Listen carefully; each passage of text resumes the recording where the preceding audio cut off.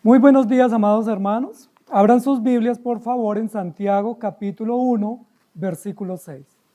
Estamos llevando esta serie con un eslogan: el Evangelio, un culto hecho vida, la gracia de Cristo nos llena de obras. Y estamos estudiando el libro de Santiago paso a paso para entender qué es lo que Dios nos quiere decir en este libro a todos nosotros los creyentes, los cristianos. Es un libro muy interesante por muchas cosas. Primero, es un discurso corto. Segundo, es un discurso directo, enfático, claro, que no queda duda. Y tercero, pues toca una cantidad de aspectos generales de la vida que nosotros a veces los pasamos por alto. Que nosotros a veces pensamos que la fe nuestra, yo creo en Cristo y voy a la iglesia y pare de contar. Ahí se acabó mi fe. Pero Santiago nos va a decir, no, ese es el punto de partida. La fe no se acaba en proclamar a Cristo y ir a la iglesia. Ese es apenas el ABC, pero la vida cristiana consiste en mucho más. Y es en vivir, en caminar, en perseverar y en actuar de manera adecuada a los principios del Evangelio. El libro de Santiago es un discurso contundente, que no deja ningún aspecto suelto, de tal manera que ninguno de nosotros aquí como lectores ahora actuales y como oyentes actuales pudiéramos decir, para mí no es. Porque puede que el capítulo 1 no sea para mí, pero el 2 quizás sí, el 3, o el 4, o el 5, o el 6, o todo. Porque es un mensaje vigente que toca aspectos que siguen siendo contemporáneos y que siguen siendo muy necesarios para nosotros. Pero pida con fe, no dudando nada, porque el que duda es semejante a la onda del mar, que es arrastrada por el viento y echada de una parte a otra. Ese es el texto que vamos a estudiar en esta mañana. Pero pida con fe, sin duda. Y aquí tenemos mucho tema para nosotros charlar en la mañana de hoy, porque con frecuencia hemos hablado de la fe y con frecuencia hemos hablado de la duda, pero no hemos logrado entender fe en qué y duda sobre qué. A veces pensamos que la fe es fe en cualquier cosa o en cualquier persona y que la duda es sobre cualquier aspecto de la vida. Pero no puede ser que Santiago nos esté abriendo un panorama a tener fe en cualquier cosa y a dudar sobre algo. Sabemos que Santiago, además de ser un seguidor fiel del Señor, fue un escritor y pastor de la iglesia en Jerusalén, y recuerden que también fue hermano biológico de Jesús. Entonces tenía toda la autoridad, el conocimiento y la sapiencia para llevarnos a la verdad. Pero pida con fe, no dudando nada, porque el que duda es parecido o se puede comparar con la onda del mar. ¿Cómo es la onda del mar? Inestable, está agitada todo el tiempo, está siendo llevada por los vientos, no sabemos en qué momento cambia de rumbo o de ritmo, ¿sí? Es a veces tan fuerte que puede causar un naufragio de los que están en el mar tripulando. La onda del mar es inestable, es incierta.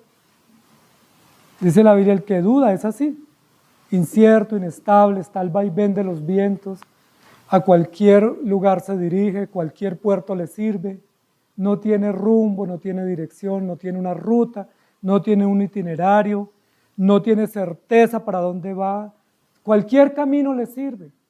¿Sí? ¿Para dónde va? No sé, ahí. ¿Cómo le va? Pues ahí. ¿Sí? Ahí viviendo, ahí llevándola, pero eso le pasa al que es llevado por la duda o al que está saturado de la duda. El título de nuestra enseñanza hoy, a través de preguntas, es ¿un mar de duda? Es decir, ¿está usted hoy, en el presente, en un mar de duda? ¿Recuerdan el grafiti que dice, antes era indeciso, ahora no sé? Ese es el ejemplo del que duda. Que antes no sabía para dónde iba, pero ahora tampoco. ¿Sí? Que antes no sabía a dónde se dirigía, pero ahora menos. Y Santiago nos va a llamar la atención porque muy probablemente muchos de los destinatarios del discurso que Santiago está escribiendo están en ese mar de duda. No estaban en el mar, estaban en tierra firme. Pero les presenta esta ilustración para advertirles del riesgo, del peligro en el cual podemos caer los creyentes, y es periodos, largos periodos de la vida llevados por la duda o por la incertidumbre. ¿Cómo estamos nosotros? ¿Llevados de duda? Muy bien, vamos a ir recapitulando en qué consiste el libro de Santiago. Santiago nos está diciendo algo así, vamos a usar el ejemplo, como lo siguiente. Usted se acaba de matricular en una escuela para hacer un estudio. Fuimos admitidos a ese posgrado, o a ese doctorado, o a esa maestría que tanto soñamos. Bienvenido, pero de aquí en adelante usted es un seguidor mío, dice Santiago, es decir, seguidor de Jesucristo. Fue admitido, fue aceptada su solicitud, fue admitido y ahora usted es un seguidor. Es decir, Cristo nos da las órdenes y nosotros seguimos. ¿Estamos dispuestos o no? Si queremos hacer el curso, si queremos matricularnos en ese taller, tenemos que aceptar los retos del maestro. Y el maestro nos dice, ustedes son seguidores míos, sigan mis órdenes. Síganme, son siervos míos, van a hacer lo que yo les diga. Ok, ¿estamos dispuestos? Muy bien, el camino les voy a decir cómo es difícil, tiene muchas pruebas, tiene muchos obstáculos, tiene muchos impedimentos y hay que sortear todos esos impedimentos. ¿Están dispuestos? ¿O alguno quiere desanimarse y ceder el cupo para otro? Listo, vamos a seguir en el camino, ¿cierto? El camino tiene muchos obstáculos. Obstáculos difíciles, obstáculos que no se pasan rápido, sino que a veces duran y a veces incluso toda la vida estamos afrontando grandes obstáculos que en Santiago se llaman pruebas, que son los parciales, los exámenes, para nosotros sacar las notas adecuadas y aprobar el taller o aprobar el curso. Muy bien, el curso en el cual se matricularon es para fortalecer la paciencia. Es decir, nos matriculamos a un curso, o Dios nos matriculó a un curso para lograr certificarnos en paciencia, porque nos falta mucho. ¿Sí? Somos impacientes, nos irritamos con facilidad, entonces necesitamos un curso y ya estamos matriculados. Entonces, para ello hay muchas pruebas y Dios nos va a fortalecer, a forjar y a tonificar la paciencia para que al final del curso nosotros estemos aprobados. ¿Cómo les parece? ¿Seguimos ahí o mejor buscamos otra escuela? Está difícil, ¿cierto? Toca ser siervos. Hay obstáculos difíciles que se llaman pruebas y el propósito es forjar paciencia. Es decir, el que se impaciente pierde la prueba y le toca validar o repetir el curso. Pero el Señor nos va a decir, para eso ustedes, para lograr ese propósito o esa meta del curso, necesitan sabiduría. Es decir, entendimiento y conocimiento de cómo sortear las diversas pruebas, cómo enfrentar los obstáculos que se les presenten. No lo van a poder hacer en sus propias fuerzas o con sus propias experiencias o con sus propios conocimientos. Ustedes necesitan sabiduría. Yo les voy a dar la sabiduría para que ustedes sepan cómo entender, cómo procesar y cómo gestionar las dificultades que se les presentan. Muy bien, eso es parte de la dotación que recibimos en el momento en que entramos al curso. Dios nos dota de sabiduría y dice también, si alguno no la tiene, pídala. Es decir, pase ahí por la administración y solicite su dosis porque necesitas mucha sabiduría porque hay diversos retos que toca enfrentar. Entonces, adquiera sabiduría y si no sabe o no la tiene, pida a Dios, el cual le da abundantemente. Y luego nos va a decir ahora, pero pida con fe.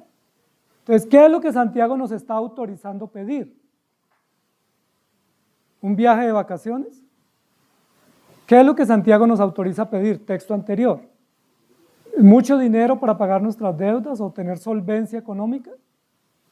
No, Él no nos está autorizando eso. Pudiésemos pedir, no sabemos si Dios nos lo dé o no, pero lo que sí tenemos certeza que nos va a dar en abundancia y sin reproche es sabiduría, que es lo que se requiere para esta escuela. Entonces pida con fe sabiduría, porque si usted pide sin fe, no va a recibir. Entonces es muy importante porque nos va a hablar de la fe y habla del antídoto o lo opuesto a la fe, que es la duda. En ese sentido nos dice, pida con fe, no dudando, porque el que duda no puede tener sabiduría. Entonces la sabiduría es el conocimiento o la dotación para poder enfrentar este mar de pruebas o mar de dificultades, pero pida con fe, no dude. Entonces me llama muchísimo la atención porque, permítame ponerle el siguiente ejemplo, no sé si es el más acertado, pero como vamos a estudiar en otro lugar y tenemos que enfrentar unos grandes retos, tenemos que conocer para dónde vamos y qué es lo que vamos a hacer. Si hiciéramos un viaje al exterior o a un lugar desconocido, para nosotros ir a ese lugar tenemos que informarnos qué necesitamos, ¿cierto? ¿Cuál es el destino? ¿Qué ropa debemos llevar? ¿Qué moneda debemos llevar? ¿Qué documentos nos piden? ¿Y qué necesitamos para poder enfrentar el desafío de ese nuevo destino? Si no lo hacemos, pues vamos a perder.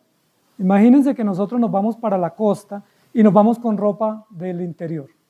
No llevamos sino ropita bien abrigada. Pues no vamos a poder, allá llegamos y nos damos cuenta que eso no nos sirve, esa ropa. O nos vamos para otro país y no llevamos moneda de cambio. Con esos pesos nuestros no nos sirven allá. Entonces, ¿cómo compramos las cosas?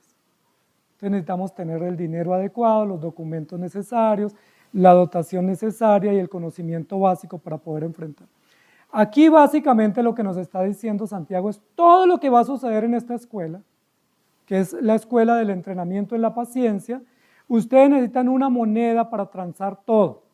Si la moneda que se usa en esta escuela es la moneda de la fe. Ustedes tienen que tener esa moneda porque todo lo que necesiten lo tienen que adquirir, pero lo tienen que adquirir teniendo fe. Si no tienen fe, no pueden hacer la transacción o no pueden adquirir el bien que ustedes necesitan para poder enfrentar este gran reto. Entonces, ya hicimos el cambio, ya tenemos el token adecuado, la moneda adecuada, la fe. Pida con fe, no dudando nada, porque el que duda no recibe. Entonces, si no tiene sabiduría, pídala. Pero si no tiene sabiduría y no tiene fe, pida fe y pida sabiduría. Entonces es muy importante lo que nos va a decir aquí Santiago, porque nos va a hablar de uno de los elementos o de las virtudes o de los ingredientes esenciales del cristiano. Absolutamente para todo lo concerniente a la vida y especialmente a la salvación se requiere y se demanda fe. La fe es indispensable. Y no estamos hablando de positivismo, porque para muchos hoy en día la fe es piense positivo. ¿Sí? Repítase 1000 veces que usted lo va a lograr y lo va a lograr. Esa no es la fe cristiana. El positivismo no es tampoco la fe, la ilusión o la utopía o el anhelo o el deseo de que quiero lograr algo. Eso no es fe. Recuerden que la fe es un don de Dios. Entonces no es algo que yo me esfuerzo y lo repito y lo dibujo y lo escribo y lo pongo en público para recordarlo, sino que la fe es un don de Dios. Y recordemos que la fe es exclusivamente, en este contexto del libro de Santiago, exclusivamente para poder creer en Cristo y los bienes relacionados con la salvación. Nosotros ya tenemos fe para otras cosas. Por ejemplo, nosotros vamos al médico y el médico nos recomienda una medicina y ninguno de nosotros le diría al médico, doctor, esa medicina, ¿por qué me la formula? Yo no me la quiero tomar. El médico nos la formula y ¿qué decimos? Bueno, gracias doctor, yo me la voy a tomar. ¿Por qué? Porque tenemos fe o confianza que esa medicina o que ese consejo o que ese procedimiento nos va a servir. Pero esa no es la fe que nos va a hablar Santiago, algo común. Nos va a hablar de una fe distinta. Estamos en la escuela, se está forjando la paciencia, tenemos como propósito la sabiduría de Dios y tenemos una meta. ¿Cuál es la meta de esa escuela? O sea, ¿cuándo será el grado en esa escuela? ¿Recuerdan qué dice en el texto anterior? Tengan paciencia hasta la venida del Señor. Entonces, ¿el grado cuándo es? Cuando el Señor venga por su iglesia. Como cantábamos hoy, cuando sea ese día glorioso del encuentro con Él, allí se dará el grado y se darán todos los méritos al caso y al honor de los que participaron en la escuela y lograron el triunfo. Entonces, para poder participar y esperar hasta la venida del Señor, necesitamos sabiduría y fe. Y esa fe solo tiene que ver con la obra de Cristo. Noten lo siguiente, el que duda es semejante a la onda del mar. No dude nada. Y me llama la atención porque Santiago nos presenta contrario a la fe, nos presenta el ejemplo de la duda, pero habla de una duda en singular, no en plural. Es decir, ¿qué es lo que el hombre más duda en esta vida? ¿O de quién o sobre quién es que más dudas tiene? Sobre Dios. Y por supuesto sobre Cristo. Las principales dudas del ser humano no son sobre si mañana amanece vivo o no. De hecho, el hombre hace planes para vivir. Las principales dudas del ser humano no es si le va a ir bien o le va a ir mal, porque él tiene muchos planes e ilusiones de que le va a ir bien. Recuerden que ahora, terminado el final de año y comienzo de año, todo el mundo se deseaba buenas vibras, ¿cierto? Que te vaya bien, que logres tus planes, te deseo esto y abrazos y felices, porque todos soñamos que nos va a ir bien, y eso es bueno, tener esa expectativa, esa ilusión, esa energía, como dicen muchos, de que nos va a ir bien. Es decir, no dudamos, que anhelamos que nos vaya bien, que deseamos que nos vaya bien. Cuando matriculamos a nuestros hijos en los colegios o en las universidades, nosotros no decimos, yo lo matriculo para que pierda este año. No, yo lo matriculo para que apruebe. Cuando hacemos un viaje no decimos, yo me voy a accidentar y me despido porque no voy a llegar al destino. No, yo regreso con vida. Cuando vamos al trabajo, ¿qué decimos? Me espera a las 5 que yo llego. No digo de pronto, no sé si llegue o no. ¿Por qué? Porque nosotros manejamos mucha certeza sobre la vida, mucha certeza sobre las inversiones, sobre las decisiones y sobre las acciones. Pero en medio de todas esas certezas que tenemos en cuanto a la vida y los aspectos comunes, hay un aspecto en el cual el hombre siempre ha tenido dudas. Y es el aspecto en el cual menos dudas debiera tener. ¿Sí me hago entender? El hombre lo que más duda es sobre Dios. ¿Cómo les parece? Una contradicción, ¿cierto? Una paradoja. Yo creo que me va a ir bien, creo que mis hijos van a nacer sanos, creo que van a tener un buen futuro, creo que voy a lograr mis metas, creo que voy a llegar a viejo sano, creo que voy a lograr ver mi descendencia, pero dudo de Dios. Entonces, cuando Santiago nos dice, pero pida con fe, no dudando nada, ¿a qué duda se refiere Santiago? Pues a la duda más general y a la duda más grande que el ser humano siempre ha tenido a lo largo de los tiempos, que es, ¿Dios existe? Yo no dudo de que yo existo, yo no dudo de que ustedes existen, pero el ser humano generalmente duda sobre Dios y sobre los hechos de Dios y sobre los actos de Dios y sobre la revelación de Dios. Entonces miren lo absurdo de la realidad humana, porque en quien más debiéramos creer es en Dios, incluso por encima de nosotros. Es decir, yo debiera dudar de mí y dudar de ustedes, pero no dudar de Dios. Y resulta que pasa lo contrario. Yo no dudo de mí, yo no dudo de ustedes, pero dudo todo el tiempo de Dios. ¿Sí me hago entender? ¿Cómo llama la Biblia eso? Necedad, torpeza, insensatez, simpleza, vaciedad.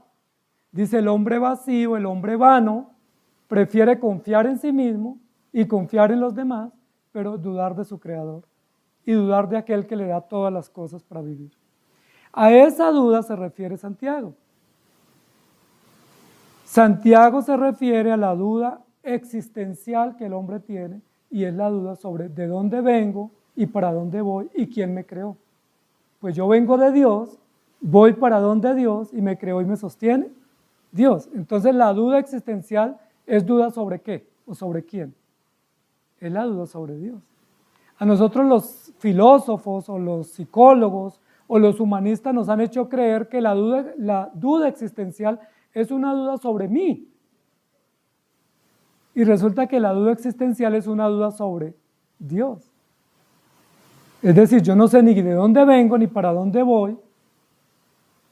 Es decir, yo dudo de Dios. Y Santiago es allí donde nos pone el punto donde duele y nos dice, pero pida con fe sin dudar. ¿Recuerdan el texto anterior a quién se le pide sabiduría? ¿Dónde se adquiere la sabiduría? Pídala a Dios, el cual da abundantemente y sin reproche y le será dada. Pero pida con fe. Es decir, crea que Dios existe, crea que la fuente de la sabiduría está en Dios y a través del Evangelio revelado que es Cristo, y vaya a Cristo y pida con fe. Entonces, ¿qué es lo primero que tiene que hacer el creyente? Reconocer. Reconocer, ayúdeme por favor alguien ahí, que se me va a caer mi padre. Lo primero que tiene que hacer el creyente es creer en Dios. Lo segundo que tiene que hacer el creyente es depositar su confianza en Cristo. Y lo tercero es humillarse a pedir ayuda. Difícil, porque yo no quiero creer en nadie, yo solo creo en mí. Yo no quiero humillarme ante nadie, solo quiero que se humillen ante mí. Y yo reconocer mis necesidades o mis faltantes. Dios libre. De hecho, el humanismo nos dice, usted no cuente sus necesidades, usted está bien. ¿Sí? Usted no confiese sus carencias porque usted atrae la maldición de la carencia. Usted diga que está bien, aunque no tenga lo suficiente. Entonces el escritor o el predicador que es Santiago nos dice, pero pida con fe, no dudando nada. Es decir, crea en Cristo y tenga la certeza de que Cristo Jesús es real para su vida. Y esa es la base de la fe y la base para adquirir la sabiduría. Es decir, ¿tienen ustedes fe? Si ustedes me dicen que sí, ustedes me tienen que demostrar que creen en Cristo. Porque si usted me dice, yo tengo fe, pero no sé si Cristo es real, entonces usted no tiene fe. De la fe que Santiago nos está hablando, que es la fe que salva y la fe que da esperanza y la fe que nos permite llegar a la paciencia. Entonces, ¿tienen fe? ¿Sí o no? ¿La fe que ustedes tienen pasa por la cruz o no? ¿O solo por el concepto, la filosofía, las razones, las evidencias y los conceptos propios? Si la fe que usted tiene y profesa no pasa por la cruz y no está bañada con la sangre de la cruz y no se fundamenta y se afianza en la obra de Cristo, no es fe.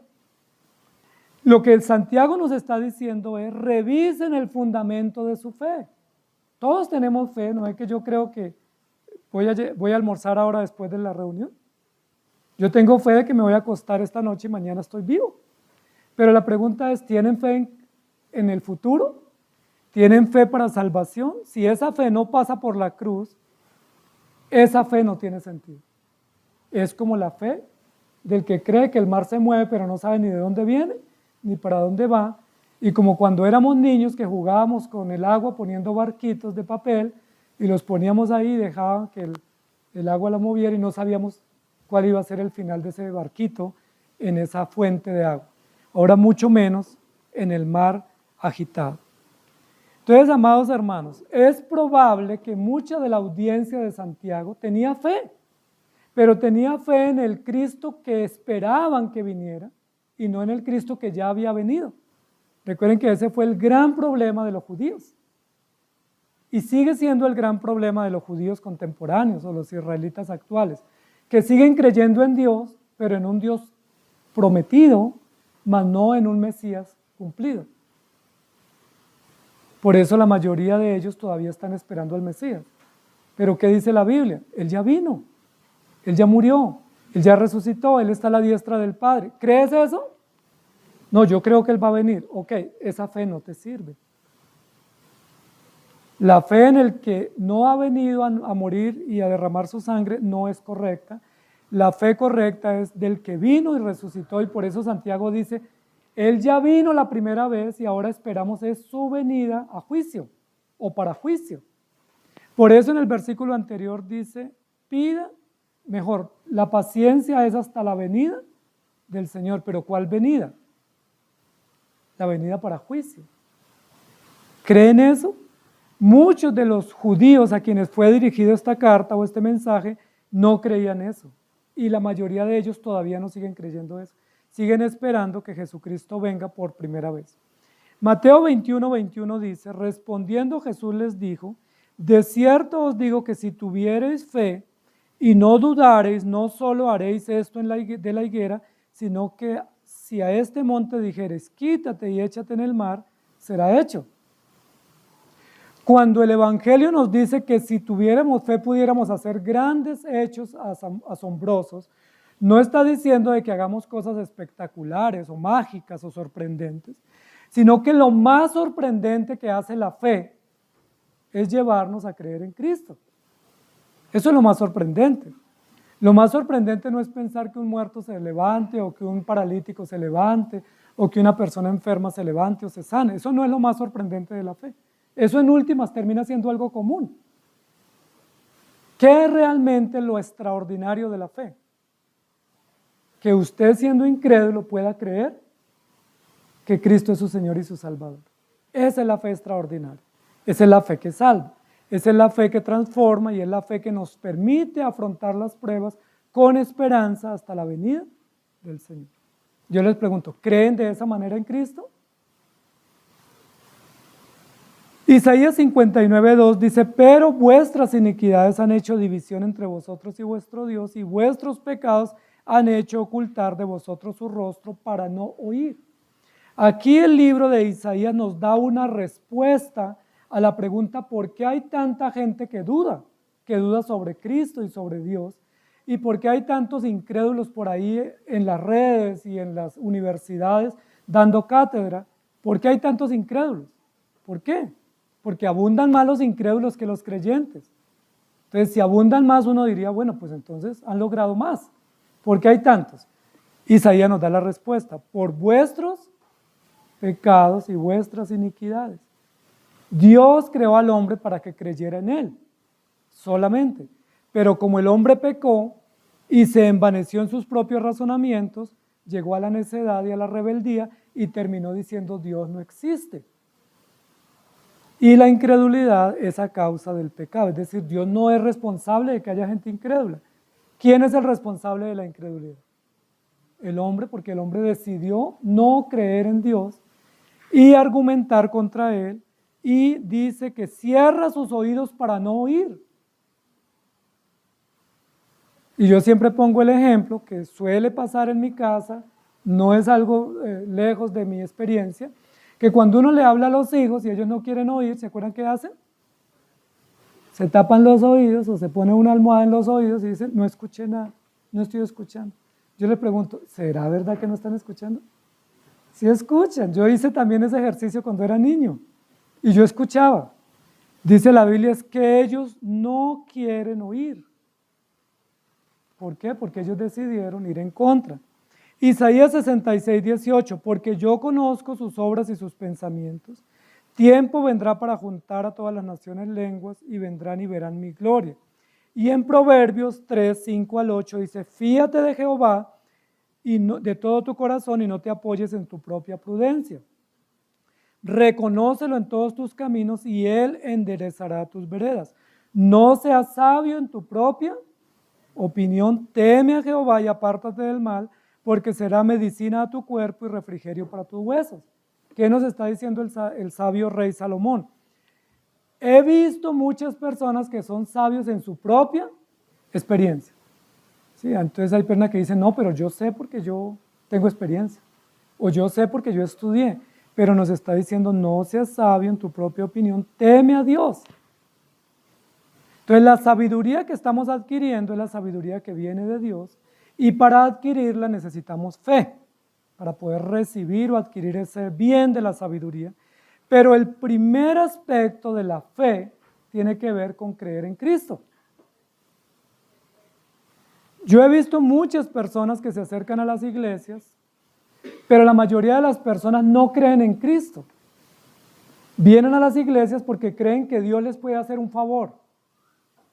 Entonces vienen para conseguir un trabajo, vienen para recibir una sanidad, vienen para evitarse un juicio, vienen para evitarse un problema, pero apenas se les soluciona, se desaparecen. Y uno dice, pero ¿y no eran seguidores de Cristo? No, ellos seguían los beneficios de Cristo. ¿Se acuerdan que Jesús en una oportunidad, en muchas, pero en una quedó registrado, que había más de 5,000 personas y estuvieron escuchando a Jesús y Jesús les dio comida y apenas les dio comida se fueron?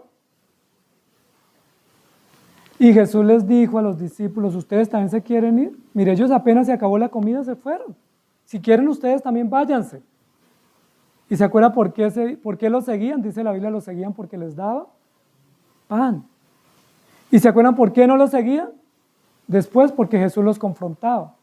Entonces miren que muchas veces nosotros Pensamos que seguimos a Cristo, pero posiblemente algunos no. Algunos seguimos es los beneficios que Cristo nos da. Entonces decimos, no, yo lo sigo porque Él me dio trabajito. Y desde que yo comencé a ir a la iglesia, me está yendo bien en la empresa. Y desde que yo comencé a ir a la iglesia, puse un negocio, está prosperando. La pregunta es, ¿cree en Cristo? ¿O está creyendo en los bienes o los servicios que Cristo le presta? Porque el que cree en Cristo, cuando vienen las pruebas, no se desanima. Pero el que no cree realmente en Cristo, cuando vienen las pruebas, ¿qué hace? Se comporta o actúa como la onda del mar. Es decir, sigue siendo un incrédulo que no cree en Cristo, sino que cree en los beneficios de Cristo. Recuerden que en una oportunidad vinieron 10 leprosos a Jesús y le dijeron, Señor, sánanos.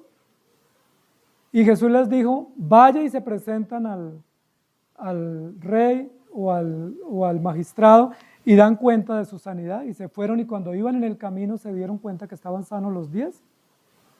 ¿Qué dijeron los 10? ¿Vamos a darle gracias a Jesús, que fue el que nos sanó?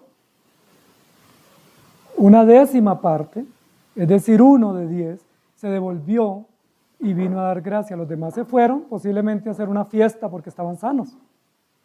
Posiblemente a crear un video y a decir, mire cómo estoy de sano, cómo me veo, mi nueva piel. Pero uno se devolvió y dio gracias porque tenía la fe verdadera. Entonces, no seas sabio en tu propia opinión. Y en Hebreos capítulo 12 dice, por tanto nosotros teniendo derredor nuestro tan grande nube de testigos, despojémonos de todo peso y del pecado que nos asedia y corramos con paciencia la carrera que tenemos por delante, puesto los ojos en Jesús. Mire la clave. Esta es la indicación. Corran, trabajen, esfuércense, sean valientes, pero puesto los ojos en Jesús. Yo puedo correr, pero poniendo los ojos en mi vida, en mi futuro, en mis resultados, en mi éxito, en mis temores incluso, en mis ambiciones, pero no en Cristo. Puesto los ojos en Jesús, el autor y consumador de la fe, el cual por el gozo puesto delante de él sufrió la cruz, menospreciando el oprobio, y se sentó a la diestra de Dios. Entonces, pida creyendo en Cristo, lo primero, pero pida sabiduría.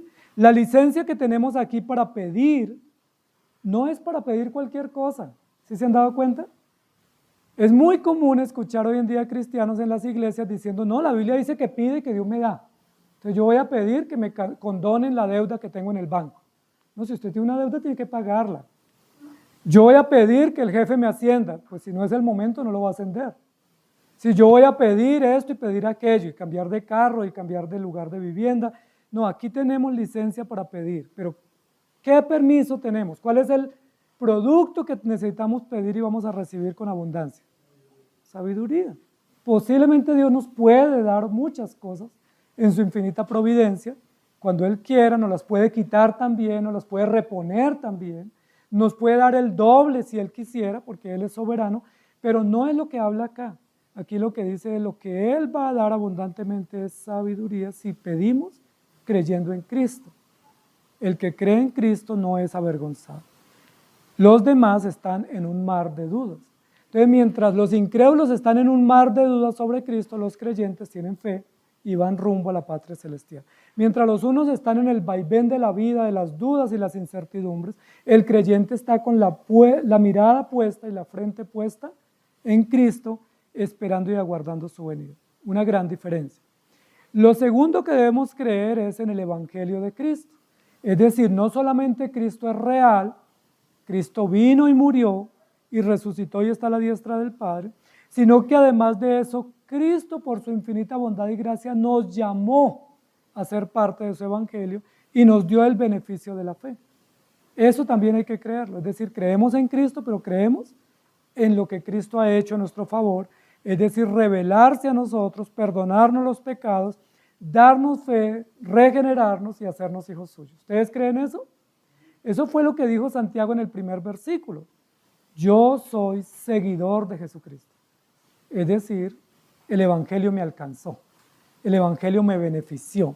Y como el Evangelio me alcanzó y me benefició, yo soy un hijo de Dios, redimido por gracia, entiendo y acepto eso. Ahora, cuando entendemos y aceptamos eso, tenemos también que reconocer que nosotros somos incapaces de elegir a Cristo, incapaces de ir a Cristo, y Él lo hizo por gracia con nosotros. Y Santiago, que es el escritor de este mensaje, pues tiene toda la autoridad para decirlo, porque recuerden que Santiago, siendo hermano de Jesús, negó a Jesús consistentemente durante todo el tiempo que Jesús estuvo en la tierra. Dice la Biblia, y sus hermanos no creían en Jesús. ¿Sí recuerdan? ¿Y por qué no creían? Porque eran rebeldes, porque no tenía la fe verdadera y porque no podía entender que su hermano biológico o medio hermano biológico fuera el Mesías. ¿Cómo así, mi hermano? Si yo lo conozco. Si uno de quien más dudas tiene es de sus propios hermanos. Y dice, ¿cómo me van a embolatar si yo lo conozco? ¿Sí? Es hermano mío desde que yo nací. Y Santiago tenía dudas. Incluso recuerdan que una vez le dijeron a Jesús, tu madre y tus hermanos están afuera, pues buscándote. Y Jesús ni siquiera salió a la puerta a decirles, ya salgo, ya voy, guárdeme el almuerzo. Jesús simplemente les dijo, mi madre y mis hermanos son los que oyen mi palabra. ¿Qué dijo de sus hermanos? Que ellos no estaban dispuestos a oírle, que no estaban dispuestos a creer en él y que lo único que estaban era incomodándolo y generando una tendencia adversa, posiblemente diciendo, no le crean, si ese es mi hermano, ¿sí? Ese está fuera de órbita. ¿Cuándo creyó Santiago y los demás hermanos? Cuando Jesús resucitó. Parece ser que la muerte y la resurrección fue tan impactante a la mente y a la conciencia de sus hermanos que creyeron en él todos, y en el aposento alto, 40 días después de la resurrección, vamos a encontrarnos con los hermanos de Jesús. Cuando vino el Espíritu Santo en Pentecostés, 50 días después de la ascensión, de la resurrección, allí estaban los hermanos de Jesús, y uno dice, ¿qué hacían ahora? Creyeron. ¿Y por qué creyeron? Porque tuvieron evidencia. Porque su hermano del que no creían murió, resucitó y ellos lo vieron resucitado. Y eso fue sorprendente. Santiago, siendo incrédulo, ahora cree. Y Santiago nos dice, pero pida con fe no dudando nada. Es decir, yo soy un ejemplo de que no creí en Cristo, me perdí la oportunidad, porque qué privilegio hubiera sido para los hermanos de Jesús ser sus discípulos. ¿Sí? Qué trágico para ellos no haber podido acompañar a Jesús en sus giras, haber aprendido de primera mano de los labios de Jesús sus enseñanzas, porque ellos estaban rebeldes con Jesús, para ahora después que ya no estaba, creer y seguirle. Pero bueno, gracias a Dios los alcanzó. Santiago lo que está diciendo es, yo no creía y ahora creo. No sea que algunos de ustedes antes no creían y ahora también sigan con incredulidad. Pidan con fe, no dudando nada, porque Cristo tiene poder para transformar vidas y yo soy un ejemplo, diría Santiago. Yo no creí y el poder del Evangelio me transformó. Romanos 8:28. Y sabemos que a los que aman a Dios, todas las cosas les ayudan a bien, esto es, a los que conforme a su propósito son llamados. Pero recuerden que todas las cosas ayudan ¿a bien de qué? A bien del plan y del propósito y de la misión de Dios para con nosotros. No es para el bien mío, inicial. Por supuesto, todas las cosas que redundan para la gloria de Dios también terminan siendo para nuestra gran ayuda. Y Mateo 14:31 dice, al momento Jesús extendiendo la mano, asió de él y le dijo, hombre de poca fe, ¿por qué dudaste? ¿Recuerdan a quién le dijo eso Jesús? A Pedro. Y Pedro era un discípulo. Y recuerdan que a Pedro fue que Jesús le dijo, esto no te lo reveló carne ni sangre, y sobre esta roca edificaré mi iglesia. Pedro, que había tenido tan buenas salidas, tiene una salida en falso acá, y Jesús lo reprende y le dice, hombre de poca fe, ¿por qué dudaste? Es decir, tú estás actuando como los incrédulos. Siendo creyente, estás actuando como los incrédulos, poniendo en duda o en tela de juicio la voz de Dios. ¿Se acuerdan cuando Dios le dijo a Gedeón, varón esforzado y valiente, ¿eres tú el hombre elegido para librar a mi pueblo de los madianitas? ¿Recuerdan? Y Gedeón, ¿qué dijo? Amén, Señor, gracias, yo lo haré. Gedeón, ¿qué dijo? Déjeme poner en duda tu palabra y déjeme poner una prueba esta noche. Y si esa prueba que yo pongo sale favorable, yo te creeré. Y Gedeón hizo la prueba y la prueba salió favorable. ¿Qué debía haber hecho Gedeón? Segunda instancia. Pues creer. No creyó en la primera, tenía la primera evidencia, creer. Y Gedeón dice, ay Señor, discúlpeme. Seguro tú no me entendiste bien. ¿Me dejas poner otra prueba esta noche? Y puso una tercera prueba. Primero dudó de la palabra de Dios, segundo dudó de la primera evidencia y puso otra segunda prueba y volvió y salió favorable. ¿Qué debía hacer Gedeón? Obedecer. Pero Gedeón fue y obedeció y cuando tuvo la victoria, ¿qué dijo? Ustedes sí saben quién es el hombre esforzado y valiente de esta iglesia, ¿cierto? Ustedes sí saben quién fue el que derrotó a este ejército tan difícil, ¿no? ¿Sí saben quién? ¿Ustedes no saben? Ah, pues yo. Y si no lo saben, vamos a poner un busto aquí a la entrada de la ciudad para que todo el mundo recuerde y sepa quién fue el que tuvo esta victoria. Al mando de quién fue que el ejército derrotó a los madianitas. Y Gedeón se mandó a hacer un busto, una efigie, que la pusieron a la entrada de la ciudad y toda la gente pasaba ahí. ¿Qué sería de nosotros sin Gedeón? ¿Obró bien o obró mal Gedeón? Era realmente un varón esforzado y valiente, no necesitaba dudar, no necesitaba halagos, no necesitaba retorno. Gedeón lo único que tenía que hacer era obedecer, pero él dudó. Y él puso por encima su honor, su logro, su protagonismo y terminó deshonrando a Dios. Dice la Biblia al final del relato que todo ese pueblo se enloqueció detrás de Gedeón. Y uno dice, ¿por qué? Ah, porque Gedeón era un gran militar, un gran estratega, pero todas las estrategias se las había dado Dios. Es decir, Gedeón obró mal. La pregunta es, ¿no será que muchas veces los que creemos en Cristo y tenemos el Evangelio, obramos más en función de nuestras propias creencias que en función de creer en el Evangelio? Puede suceder. Puede ser que los que creemos en Cristo estemos confiando más en que eso se logró gracias a mí y no gracias al autor y consumador de la fe. Romanos 4, 18 al 20. Él creyó en esperanza contra esperanza para llegar a ser padre de muchas gentes. Conforme a lo que se le había dicho, así será tu descendencia. Y no se debilitó en la fe al considerar su cuerpo que estaba ya como muerto, siendo de casi 100 años, o la esterilidad de la matriz de Sara. Tampoco dudó por incredulidad de la promesa de Dios, sino que se fortaleció en Dios, dando gloria a Dios. ¿Recuerdan de quién está hablando? De Abraham. No dudó.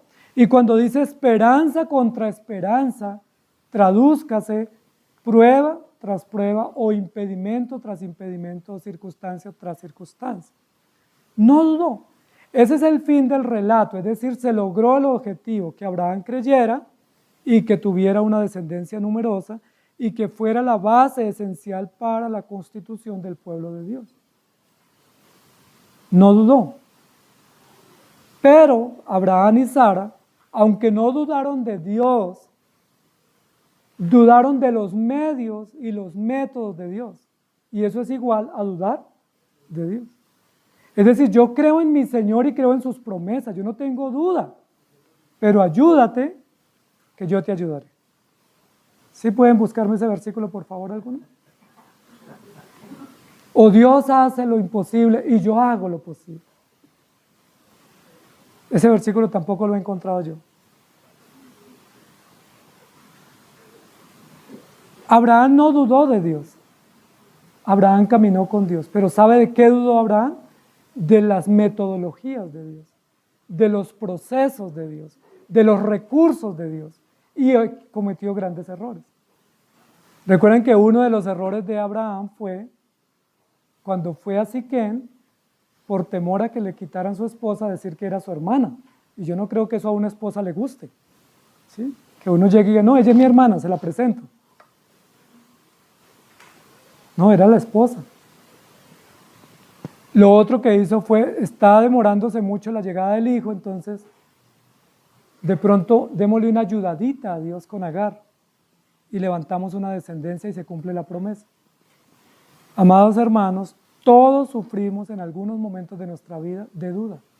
Por eso dice, el que pida no dude, pero no dude de Dios y de su plan y de su propósito, porque de nosotros sí hay que dudar. Y lo que no debemos dudar tampoco es que Dios tiene un plan con nosotros. ¿Cuál es ese plan? Hacernos a la imagen de su Hijo. Entonces no debemos dudar de Cristo, no debemos dudar del Evangelio que nos ha alcanzado por gracia, pero tampoco debemos dudar de que Dios tiene un propósito con nosotros. Los logros, los indicadores de logro, los objetivos, las metas del proyecto de formación las tiene Dios, no nosotros. Cuando llegamos al taller, a la escuela de Dios, no llego yo diciendo, Señor, yo vengo a esta escuela porque tengo estos objetivos. No, Dios me trae porque Él tiene unos planes, unos propósitos y Él los va a lograr. Y en este caso, ¿cuál es el plan? Muchas pruebas para forjar paciencia y esperanza y mucha fortaleza hasta que Cristo venga por nosotros. Esa es la agenda de Dios y para ello nos da la sabiduría. Por eso Filipenses 4:19 dice, mi Dios pues suplirá todo lo que os falte conforme a sus riquezas en gloria en Cristo Jesús. Y este texto ha sido mal usado por los cristianos para decir que Dios nos va a dar el baloto y las loterías y que usted puede apostar el chance y que se lo gana, porque Dios nos va a suplir todo. Miren lo que dice, va a suplir lo que nos falte. ¿Qué dice Santiago? Si alguno tiene falta de sabiduría, pídala a Dios. Entonces, ¿qué es lo que Dios nos va a suplir abundantemente? Lo que más nos falta. Porque a mí lo que más me falta no es ni salud, ni dinero, ni vestido. Lo que más me falta es creer y confiar y depender del Señor. Y dice que lo hará conforme a sus riquezas en gloria.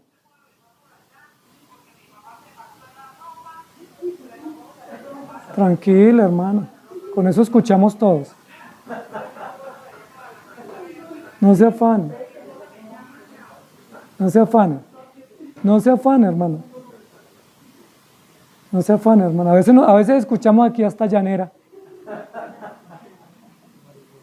No se afane. Muy bien. Entonces lo que Dios le está diciendo, acá en este texto lo que el Señor nos está diciendo es, Dios nos va a suplir lo que nos falta de su depósito glorioso. ¿Y qué es lo que hay en el depósito glorioso de Dios? Pues no creo que hayan dólares, ni euros, ni criptos, ni pesos devaluados. ¿Qué es lo que hay? Pues sabiduría, fe, virtudes, todo lo necesario para afrontar la eternidad. Porque lo que necesitamos para vivir en la temporalidad ya lo tenemos. Estemos contentos con eso. Pero para la eternidad nos falta. Si el viaje es en esta tierra, ya tenemos lo necesario. O lo tenemos por nuestro trabajo, o lo tenemos porque alguien nos lo provee, o el Estado, o una herencia, o una fundación, pero ya tenemos. Yo estoy seguro que no nos va a dejar alguien morir de hambre, porque vamos a tener un trabajo, vamos a tener un techo y vamos a tener provisión.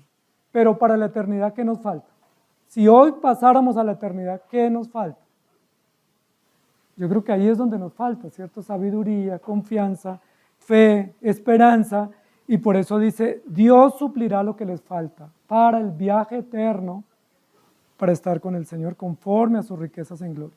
Por eso nos continúa diciendo en Hebreos 13:5, sean vuestras costumbres sin avaricia, contentos con lo que tenéis ahora, porque Él dijo, no te desampararé, ni te dejaré. Es decir, perdóneme, pero algo así como, deje de pedir tanto para vivir acá, ya tiene. Comience a pedir lo que le falta para vivir allá. Lo de la vida acá ya está resuelto, a través de disposiciones del gobierno, a través de las políticas para poder trabajar, a través de un empleo, a través de la salud y la fuerza que tenemos, ya eso está resuelto. No se preocupen por el pan de cada día, preocúpense por la eternidad. ¿Están listos para la eternidad? Romanos 8:13, porque si vivís conforme a la carne, moriréis, mas si por el Espíritu hacéis morir las obras de la carne, viviréis. Y en Primera de Pedro 1:21 dice, y mediante el cual creéis en Dios, quien le resucitó de los muertos y le ha dado gloria para que vuestra fe y esperanza sean en Dios. Ese texto nos vuelve a decir, ¿en quién debe basarse la fe y la esperanza nuestra? En Dios que nació, murió y resucitó. En Cristo revelado y que ha aplicado su gracia en nosotros. Y en Judas 1:22 dice, a algunos que dudan, convencedlos. Es decir, a los incrédulos, predíquenles. Usted no duda de Cristo, ponga su confianza en Él y su esperanza en Él en medio de las pruebas. Pero si encuentra un incrédulo que uno de pronto se topa con alguno en el camino, predíquele. ¿Cómo lo vamos a convencer? No hay manera de convencer al incrédulo, predíquele. Que si Dios quiere, tiene misericordia de él y él va a creer. Porque ellos están en un mar de dudas, de incertidumbres, de inestabilidades, pero usted y yo tenemos la mirada puesta en el Señor. La pregunta es, ¿cree usted en Jesucristo? ¿Espera su venida? ¿Está firme y seguro de que Él obró en usted para darle fe y esperanza y para que usted pida con fe sabiduría de su parte? ¿O vive en un mar de dudas? Porque al que vive en un mar de dudas le tenemos la solución. La solución se llama Jesucristo, que transforma, que da vida y que nos hace fuertes y firmes hasta la venida del Señor. Oremos. Señor, gracias te damos por tu palabra. Tu palabra es clara, directa, precisa y nos dice realmente el diagnóstico de lo que padecemos. Nosotros padecemos de duda. Con frecuencia oramos y decimos, no sé si me escuchó o no. Con frecuencia vemos una promesa en la Escritura y no tenemos la certeza si esa promesa podamos esperar en ella o no.